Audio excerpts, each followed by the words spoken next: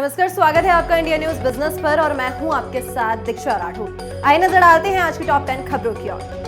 चलती ट्रेनों में अब आरपीएफ तलाशी ले रही है। जी हां, ट्रेन में सफर के दौरान यात्री सोना, चांदी या कैश लेकर चलते हैं तो उसका पूरा हिसाब रखते हैं, जिससे आरपीएफ या कोई एजेंसी पूछताछ करे तो उसको पूरी जानकारी दे सके, ये साबित हो सके कि वो सामान उसी यात्री का है। लेकिन अगर कोई यात्री सोना, चांदी और कैश लेकर सफर कर रहा है और पूछताछ में उसके बारे में सही जवाब ना दे पाए तो शक होना लाजमी है। तो आरपीएफ ने इसी तरह का लाखों रुपए का सोना, चांदी और कैश अलग अलग ट्रेनों से बरामद किया है। उत्तर मध्य रेलवे के स्टेशन और ट्रेनों में रेल सुरक्षा बल की विशेष टीमों द्वारा सघन चेकिंग अभियान चलाया गया, जिसमें सोना, चांदी और कैश समेत प्रतिबंधित सामान जब्त किया गया। रेलवे के अनुसार उत्तर प्रदेश के तमाम स्टेशन पर ट्रेनों में चेकिंग के दौरान मार्च 2024 से 4 अप्रैल तक चेकिंग अभियान चलाया गया, जिसमें 18 लाख रुपए कैश, 11 लाख का सोना, चांदी समेत अन्य प्रतिबंधित सामान और मध्य प्रदेश के एरिया में लगभग 27 लाख का सोना, चांदी समेत 85 लाख की कुल जब्ती की गई है। मां वैष्णो देवी भवन परिसर में जल्द ही श्रद्धालुओं को मुश्किल चढ़ाई से मुक्ति मिल जाएगी, क्योंकि अब श्रद्धालुओं को भवन परिसर में खड़ी सीढ़ियों का इस्तेमाल नहीं करना पड़ेगा। जी हां, श्री माता वैष्णो देवी श्राइन बोर्ड श्रद्धालुओं की सुविधा के लिए मां वैष्णो देवी भवन परिसर के गौरी भवन क्षेत्र में एक्सीलेटर यानी कि स्वचालित सीढ़ियां लगाने जा रहा है। इससे भवन परिसर से गौरी भवन क्षेत्र या फिर पारंपरिक मार्ग पर आने जाने को लेकर श्रद्धालुओं को करीब 425 सीढ़ियां अब नहीं चढ़नी पड़ेगी और श्रद्धालुओं को इस कठिन चढ़ाई से राहत मिल जाएगी। इसी के साथ मां वैष्णो देवी भवन परिसर के गौरी भवन क्षेत्र में श्रद्धालुओं के रहने को लेकर भी श्राइन बोर्ड द्वारा गौरी भवन और वैष्णवी भवन के साथ ही 12 हट का भी निर्माण किया गया है, जिसमें 4 बेड और 6 बेड वाले कमरे उपलब्ध है। तो इस योजना पर श्री माता वैष्णो देवी श्राइन बोर्ड 60 से 80 करोड़ रुपए तक खर्च करने जा रहा है।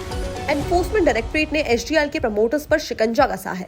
ईडी ने एचडीएल के प्रमोटर्स राकेश वाधवान और सारंग वाधवान पर मैक्स स्टोर केस से रिलेटेड बैंक धोखाधड़ी मामले में एक प्रोविजनल अटैचमेंट ऑर्डर जारी किया है, जिसमें miss Vikram home private limited की 40.37 करोड़ रुपए की संपत्ति जब्त की गई है। अटैच प्रॉपर्टी कैलेंडोनिया बिल्डिंग अंधेरी ईस्ट मुंबई में से एक कमर्शियल इस्टेट के रूप में है, जिसमें ऑफिस यूनिट 701, 702, 703 और 704 लॉबी और पैसेज के स्क्वायर कुल मिलाकर लगभग 395.815 स्क्वायर मीटर कारपेट एरिया शामिल है। इस मामले में अब तक की गई अटैचमेंट का टोटल अमाउंट 244.36 करोड़ रुपीस का हो चुका है। आपको बता दें कि बॉम्बे हाई कोर्ट ने एचडीएल के प्रमोटर सारंग वाधवान और उनके पिता राकेश वाधवान को पंजाब और महाराष्ट्र सरकारी बैंक में 4000 करोड़ रुपए के एलिज्ड फ्रॉड के रिलेशन के 2 मामलों में जमानत दे दी है। महिंद्रा ग्रुप की कंपनी महिंद्रा ईपीसी इरिगेशन ने बाजार बंद होने के बाद एक्सचेंजेस को भेजी सूचना में नए ऑर्डर की जानकारी दी है। कंपनी को माइक्रो इरिगेशन सिस्टम के लिए एक नया ऑर्डर मिला है। 1.5% की तेजी के साथ हफ्ते के आखिरी कारोबारी दिन में ये शेयर 131 रुपए पर बंद हुआ। 6 कारोबारी सेशन में लगातार स्टॉक में तेजी रही है। ये company agriculture solution related product and services देती है। कंपनी को 13.2 करोड़ रुपए का नया ऑर्डर मिला है।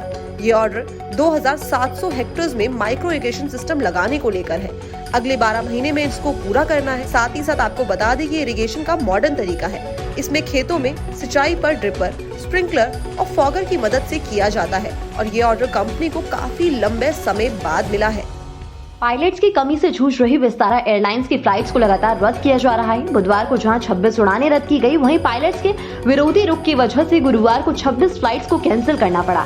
फ्लाइट्स रद्द होने की वजह से यात्रियों को काफी मुश्किलों का सामना करना पड़ रहा है। अब एयरलाइंस कंपनी की तरफ से बयान जारी किया गया है। कंपनी ने कहा कि इस वीकेंड तक अप्रैल 2024 के सभी ऑपरेशन स्थिर हो जाएंगे। विस्तारा एयरलाइंस ने अपने बयान में कहा कि हम पिछले वीकेंड फ्लाइट्स कैंसिलेशन और देरी से प्रभावित सभी लोगों तक पहुंच रहे हैं। हम उन्हें रिफंड और मुआवजे भी दे रहे हैं। साथ ही आगे उन्होंने कहा कि मौजूदा परिस्थिति में पहले से सुधार हुआ है।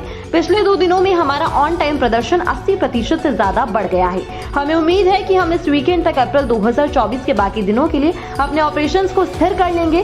हम अपने ग्राहकों को आश्वस्त करना चाहते हैं कि हम विस्तारा के उस अनुभव पर खरा उतरेंगे जिसको वो पिछले कई सालों से हमसे एक्सपेक्ट करते हैं और इस दौरान हमारे कस्टमर्स ने जो पेशेंस दिखाकर हमारा सपोर्ट किया, इसके लिए भी हम उन्हें धन्यवाद देते हैं।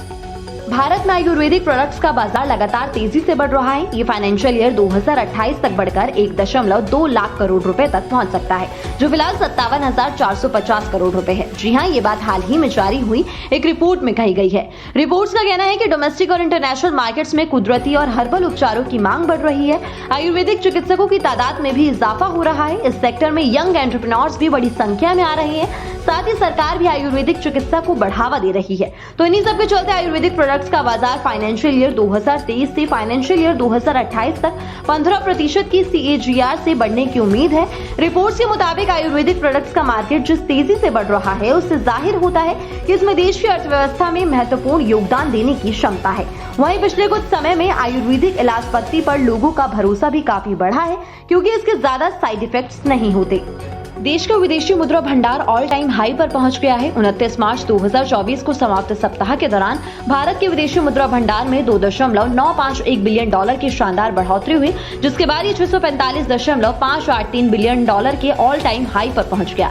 इससे एक सप्ताह पहले भी भंडार में $140 मिलियन की बढ़ोतरी हुई थी। रिजर्व बैंक ऑफ इंडिया की तरफ से जारी आंकड़ों के मुताबिक समाप्त सप्ताह के दौरान विदेशी मुद्रा भंडार में जबरदस्त इजाफा हुआ है। ये लगातार छठा सप्ताह है जब विदेशी मुद्रा भंडार में बढ़ोतरी हुई है। वहीं इससे एक सप्ताह पहले देश का कुल विदेशी मुद्रा भंडार $14 करोड़ बढ़कर $642.63 अरब हो गया था और सितंबर 2021 में देश का विदेशी मुद्रा भंडार $642.45 अरब के उच्च स्तर पर पहुंच गया था, लेकिन अब वो रिकॉर्ड भी टूट गया है।